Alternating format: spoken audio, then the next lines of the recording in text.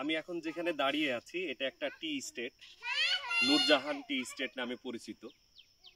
এটা মেঘালয় বা দার্জিলিং এর কোনো টি স্টেট থেকে কম না সৌন্দর্যটা মানে এতটাই সুন্দর। অথচ যোগাযোগ ব্যবস্থা বা এখানে ঘুরে দেখার মতো ওইরকম কোনো গাইড না থাকাতে মনে হয় না পর্যটকরা ওইভাবে ঘুরে দেখতে পারে।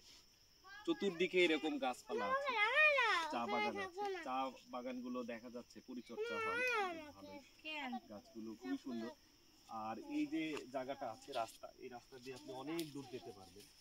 তবে আমরা যে গাড়িতে আসছি সেই গাড়িওয়ালা যেটা বলছে যে এখানে একটা নিরাপত্তার ইস্যু আছে, সুতরাং খুব বেশি দূর ভিতরে যাওয়া যায় না।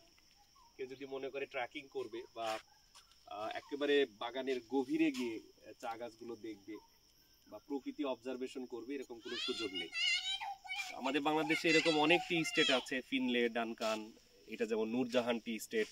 এইরকম টি স্টেটগুলোর মাধ্যমে অনেক কিছু করা যায়, মানে ট্যুরিজমের অনেক কিছু করা সম্ভব। চা বাগানে যে কর্তৃপক্ষ আছে তারাও যদি এখানে কোনো একটা ব্যবস্থা করে তাহলে আমার মনে হয় মানুষ শুধু এই জায়গাটুকু ঘোরার জন্যই আসবে। আপনারা যারা শ্রীমঙ্গলে আসবেন তারা অবশ্যই এই নূরজাহান টি স্টেটটা ঘুরে দেখবেন, অত্যন্ত সুন্দর, এবং সময় নিয়ে আসবেন অবশ্যই। আর ফ্যামিলি মেম্বার নিয়ে আসলে এই একটা ইস্যু থাকে যে কতটা ভিতরে যেতে পারবেন, এই ব্যাপারটা সবসময় একটু মাথায় রাখতে হবে। সব মিলিয়ে আমি বলবো যে ভালো লেগেছে, ভালো একটা সময় আমরা কাটাচ্ছি।